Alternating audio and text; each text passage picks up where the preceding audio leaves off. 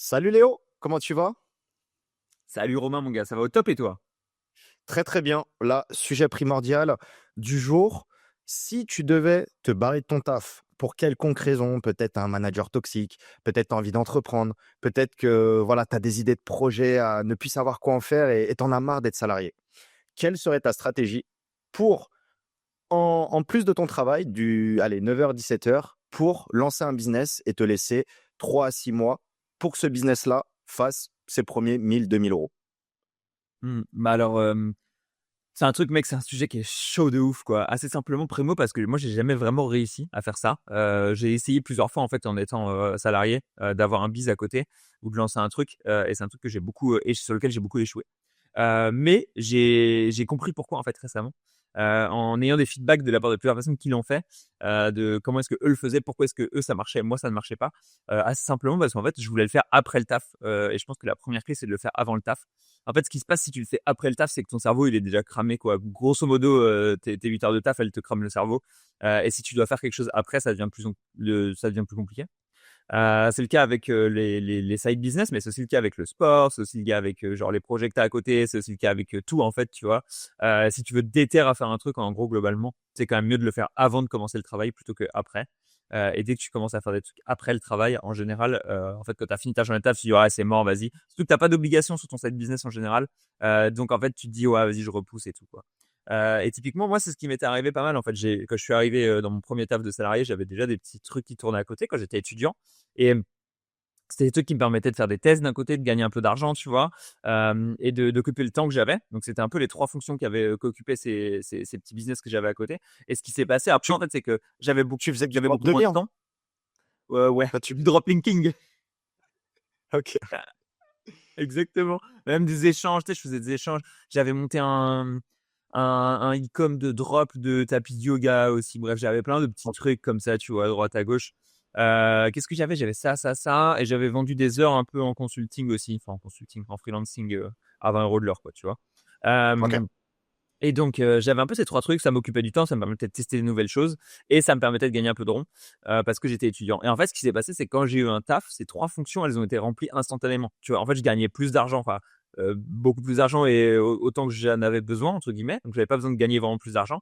J'avais plus de temps en plus de ça, parce qu'en fait, mon taf me prenait, 40 heures semaine et j'avais pas forcément besoin de faire de nouveaux tests parce que j'avais un taf qui me permettait de tester tout ce que je souhaitais en SEO, ce qui était un truc important pour moi d'ailleurs.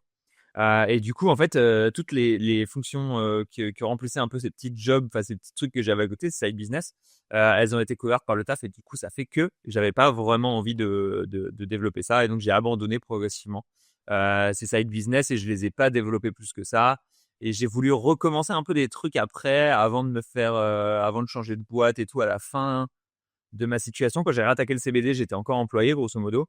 Mais ouais, progressivement, c'est un truc où c'était difficile de mettre du temps et de l'énergie. C'était difficile de mettre, voilà, d'avoir assez d'énergie et assez de force à mettre dedans. Mais je l'ai fait un peu. YouTube notamment, moi, c'est un truc où ça marchait bien parce que j'aime bien YouTube, je pense, parce que c'était nouveau, c'était de la découverte et tout. Il y avait un besoin d'exploration, donc ça, c'était cool. Mais difficile. Toi, c'est un truc où tu faisais side business plus emploi, emploi fixe, ou c'était un truc où tu avais déjà, t'as fait les 2 en même temps ou t'as fait que, entrepreneuriat? Bah, en fait, moi, j'ai fait un an d'alternance. Comme je l'avais déjà dit dans les Ouais. dernières vidéos, non pas pour, l'oseille que le taf me rapportait, non pas pour les études parce que c'était très nul. Le seul truc que je me souviens, c'est d'avoir rencontré Elliot, donc ça, c'était top. On a tissé une très, très bonne relation, de confrères, même de super potes, tu vois? On échange moins aujourd'hui, mais voilà. Je retiens surtout ça, mais tout le reste, c'était nul. Mais le fait de rentrer dans une start-up m'a permis d'apprendre d'autres choses que le SEO. C'était le deal. C'était voilà, c'est très bien d'être SEO technique, savoir faire des très bons contenus, des backlinks, mais je savais pertinemment que c'était pas suffisant et que je voulais me former sur tous les autres trucs. Tu vois, j'étais en startup, bah, c'est là que j'entendais parler de levée de fonds, de VC, d'objectifs, de KPI, voilà, de tous ces trucs-là, de sprint, de méthode agile. Donc tous les trucs qui étaient en dehors du SEO et au final qui fait que tu peux être un excellent SEO si tu veux faire du business, le SEO ne suffira pas forcément à certains paliers. Donc, moi, quand je suis rentré en alternance, j'avais déjà de l'argent de côté. J'avais de l'argent de côté que j'ai déclaré quand j'ai 18 ans. J'ai fait auto-entreprise et j'ai fait l'ACRE. Et je crois que l'ACRE, c'était 7 ou 8%. Donc, j'ai déclaré une bonne partie des fonds que j'avais mis de côté sur des banques. Voilà. Et En fait, tu t'avais déjà stacké, t'avais déjà gagné de l'argent. ouais, Donc, tu je pouvais savais pas le pas. déclarer parce que t'étais trop jeune pour déclarer une boîte, c'est ça, en fait. Ouais, j'avais stacké de l'argent et que je n'utilisais pas parce que mon niveau de vie, il était comme un étudiant. Donc moi, tu te donnes 10 Ouais. balles, 10 balles, je vais faire une super soirée, on va se cotiser avec des potes et tout. Tu vois, le niveau de vie, là, il a drastiquement monté ces dernières années. Donc c'est pas pareil. Mais voilà, j'avais stacké, j'ai déclaré. Et au final, l'argent que je gagnais en alternance, je crois que je devais peut-être percevoir 900. Mais vu que j'avais un profil SEO, qu'on m'avait débauché sur un forum, etc., je crois que j'avais 1004. Donc déjà, je gagnais plus que... Parce que voilà, et je sais que ça, moi, j'ai jamais été trop argent, parce que ça, je l'ai vu, je crois que c'est ma mère qui m'a dit, quand elle a vu mes fiches de paye quelques mois après. Elle a dit, mais tu gagnes plus qu'un alternant normal. Donc c'était Ouais. mon ancien patron qui m'avait valorisé ça, mais il me l'avait dit en entretien, mais je n'avais même pas fait gaffe. Tu vois. Et alors, Side Project, pour revenir au sujet, en fait, moi, l'oseille que je gagnais en alternant, je le dépensais, appart, soirée, bouffe, etc. J'avais en fait encore des business qui tournaient, mais on va dire que je suis un peu une exception parce que je faisais des trucs que personne faisait, donc c'était ultra rémunérateur. Là où Mhm. du spam, etc., j'avais les bonnes méthodes que j'avais développées, donc j'avais pas besoin de bosser beaucoup pour pour gagner de l'argent. Mais en bossant très peu, en Ouais. fait, je gagnais plus en faisant 2-3 trucs le soir, en relançant des expis ou le week-end, en prenant 10 heures combinées sur les 2-3 jours, tu vois.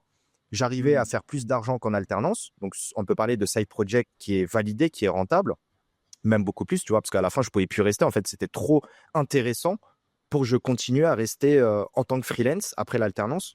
C'était pas si Ouais. on me donne 150 balles par jour en freelance, ça m'intéressait pas. Je préférais bosser sur mes sites de dating et gagner 10 fois plus. Ouais. Donc, ça, moi, on va dire, c'était un peu une exception, mais si j'étais amené à le refaire, effectivement, soit je bosserais le matin, soit je bosserais le soir, mais bon, c'est comme tout, il faut être régulier. Et j'ai surtout un truc à dire, c'est que peut-être qu'il y en a, ils vont être biaisés parce qu'ils voient nos vidéos, on parle des fois de système de vente, de canaux, etc. En fait, pour moi, un side business, il faut qu'il soit le plus simple possible. Parce que si tu as 2 heures par jour, nous, en tant qu'indépendants, là, on a 10 heures par jour. Donc, on peut se permettre de faire des erreurs, on peut se permettre de faire des trucs qui ne créent pas de valeur. Si on fait 10 trucs et qu'il y a 2 trucs qui payent, bon, c'est pas grave, les 2 trucs qui payent, ils vont nous rembourser tout le reste et tout le temps passé. Mais quand tu n'as que 2 heures par jour, faut pas que tu fasses 10 000 trucs. Faut que tu fasses un seul truc, tu le fais tous les jours. Et business simple, facile, efficace. Genre un site, je le bosse pendant 6 mois. Et dans 6 mois, si je fais tous les jours dessus 2-3 contenus, des backlinks, ça va payer. C'est impossible que ça paye pas. Mhm. Sinon, c'est vraiment que tu as bâclé, que tu as mal fait. On en parle dans toutes les vidéos.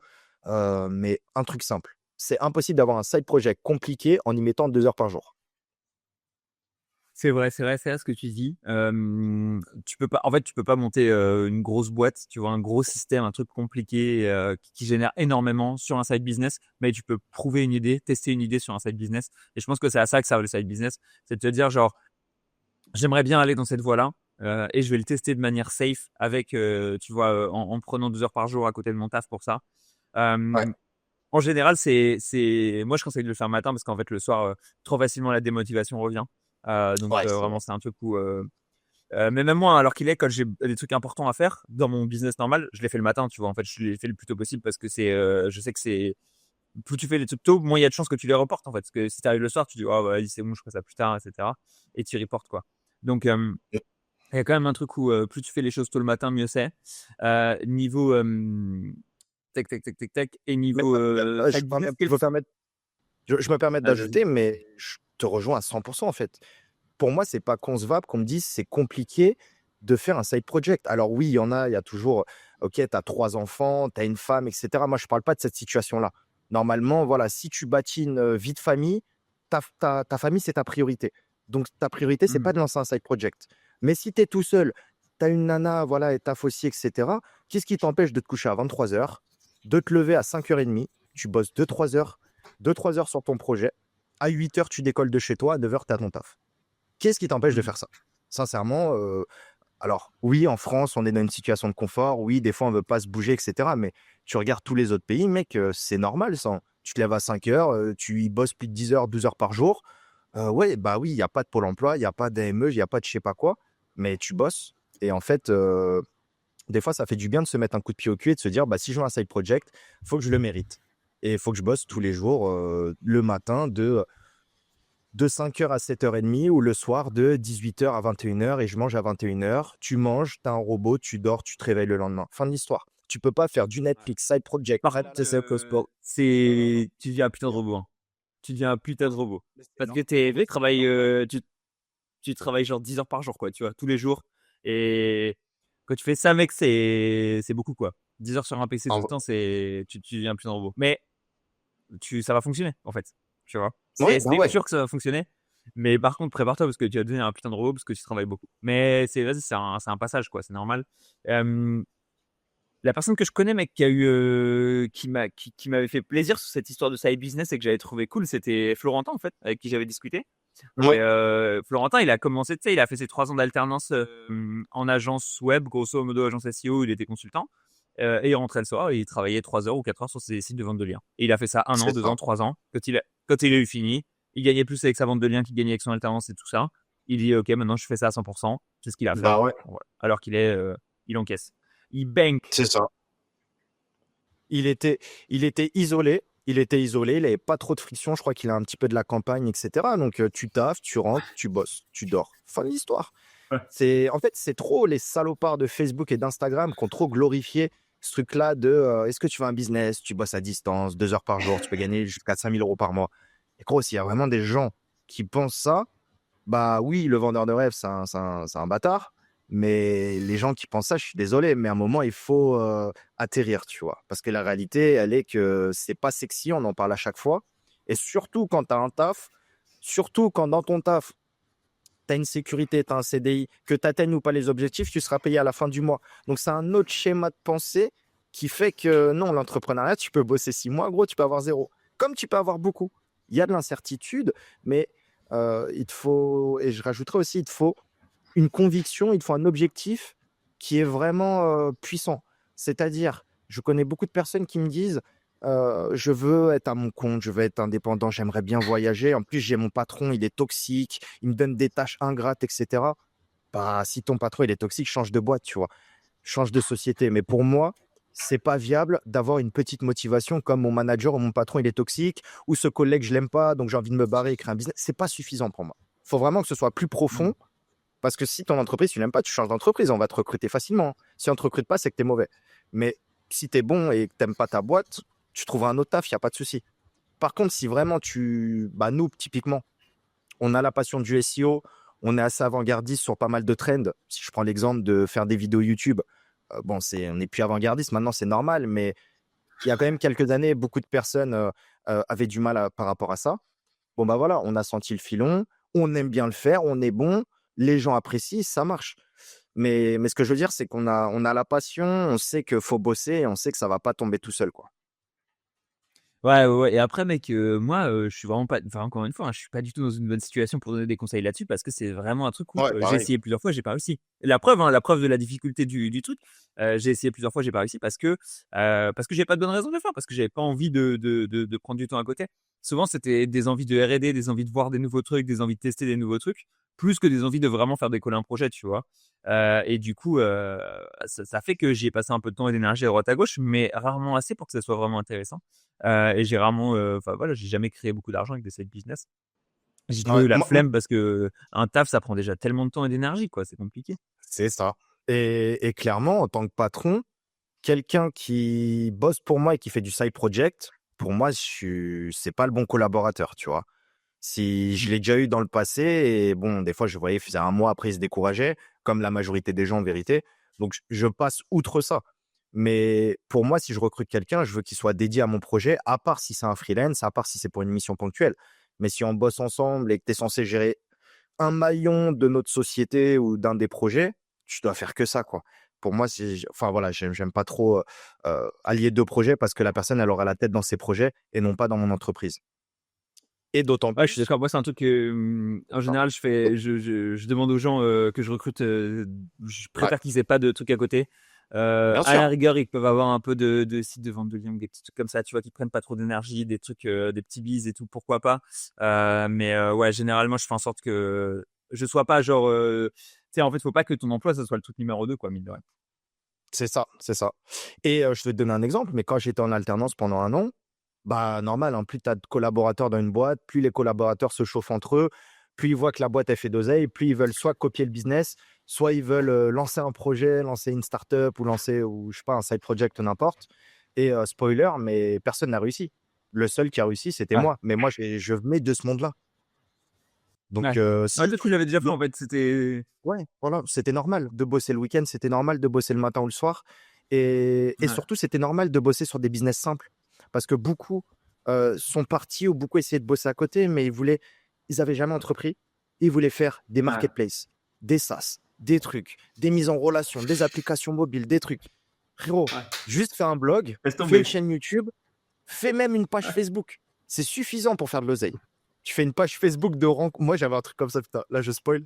J'ai J'avais mis Edwin en admin dessus. Je crois qu'il est reparti. Je sais plus, je crois que j'avais 17 ans. Je créais des conneries. Tout ce que j'avais en tête, je crée. Et il y a des trucs qui marchaient. J'avais créé un groupe Facebook, c'était Rencontres Trans et Gay, tu vois. Et le truc, il doit avoir 2000, 3000 membres. Je mettais un peu d'affi, ça fait un peu d'oseille. Bon, je ne l'ai jamais fait sérieusement. Mais je vais pas me faire chier à faire une marketplace de rencontres entre communautés ou entre gays ou entre hétéros ou hétéros curieux ou n'importe. Alors, je peux faire une page Facebook. Voilà. Ouais. Bref, simplifier à mort. Et moi, je voyais la majorité des gens qui voulaient soit se barrer, soit side project, ils allaient dans des projets niveau 10 alors qu'ils étaient au niveau 1. Au niveau 1, pardon. Ouais. Ouais, 100 d'accord avec ça. En fait, faut faire un truc simple. Et même un e-com, c'est pas simple, hein. Moi, le e-com, c'est un truc souvent, on en dit souvent, c'est un peu le truc le plus facile à comprendre, de drop et tout. C'est pas simple quand même le drop, il y a quand même des trucs à gérer qui sont un peu chiants. Si tu veux développer proprement, c'est chiant et tout. Franchement, j'avoue que Afi, ça reste quand même plus facile et tu as moins de gestion et tout. Le mieux, c'est quand même d'avoir des projets qui nécessitent le moins de gestion possible, le moins d'efforts et en fait, où tu peux faire des sprints dessus. C'est assez une bonne métaphore, je pense.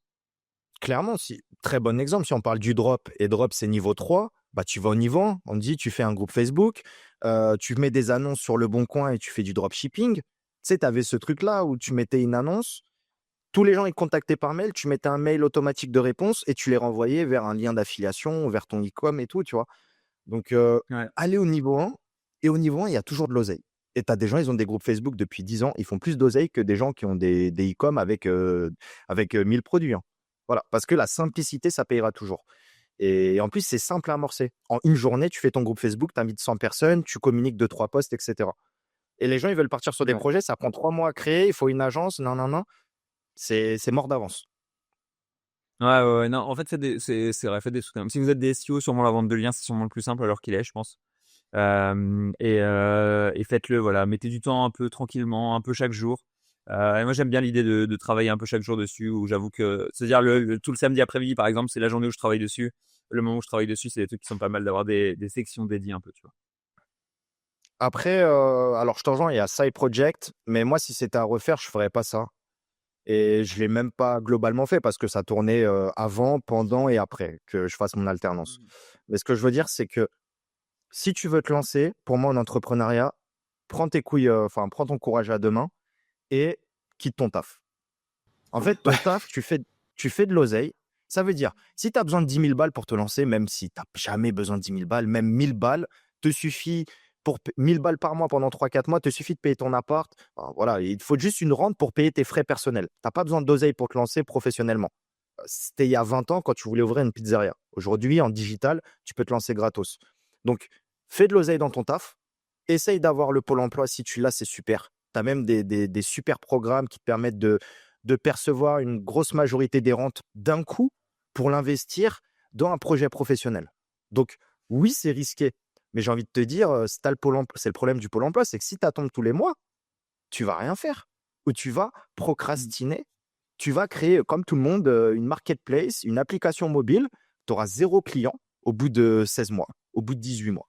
Et en fait, c'est ça comme tout le monde. Donc pour moi, le mieux, c'est de te lancer, de pas avoir trop d'argent de côté parce que si tu as un rapport au risque compliqué, tu prendras toutes les décisions qui ne créeront pas de résultats. Tu vas créer des logos, des sites, des trucs, mais tu vas pas vendre. Tu vas pas générer de Mhm. l'argent, générer du profit.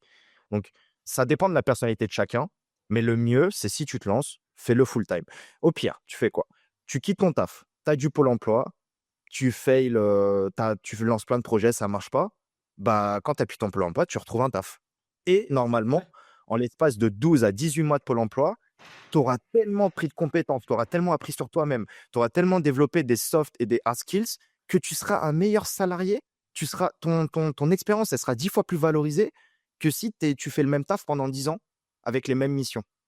Donc, en fait, c'est que du C'est positif, vrai. clairement.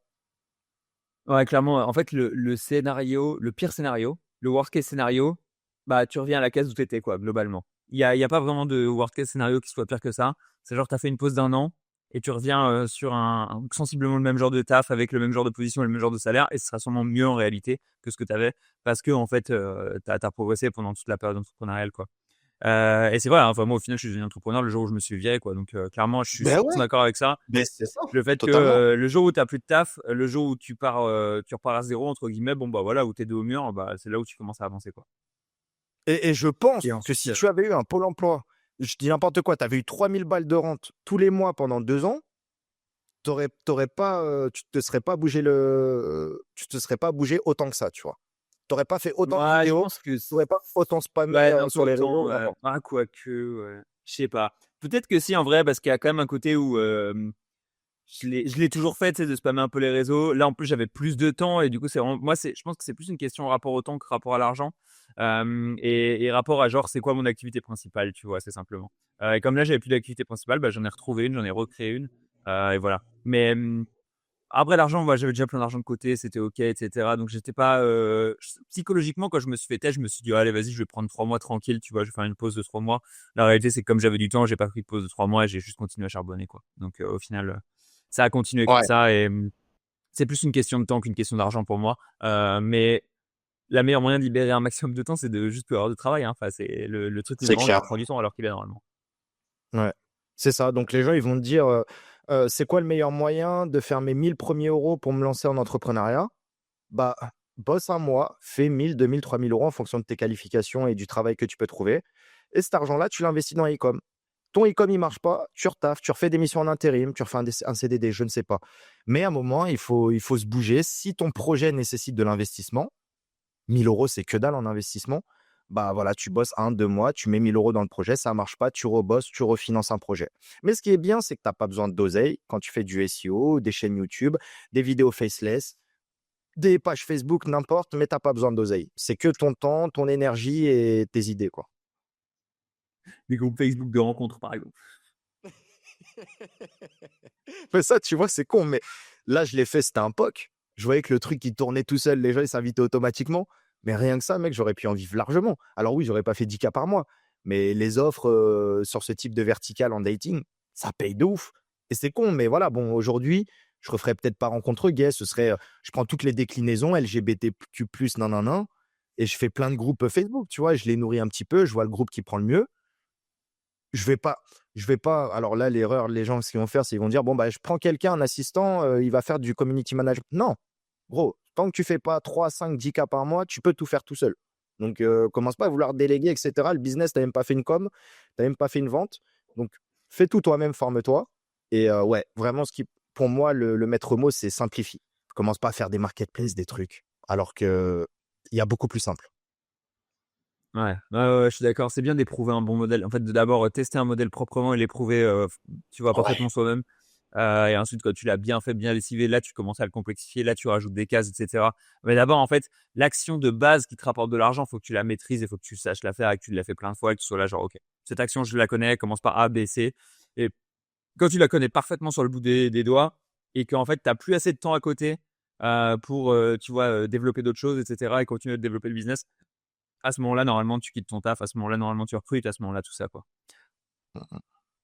Ouais, voilà. Pour moi, il faut se remettre en condition, déjà pas se plaindre. C'est si tu te plains enfin, je veux pas, généraliser et cetera, mais l'entrepreneuriat, il y a que de l'incertitude. Tu peux t'en prendre qu'à toi-même.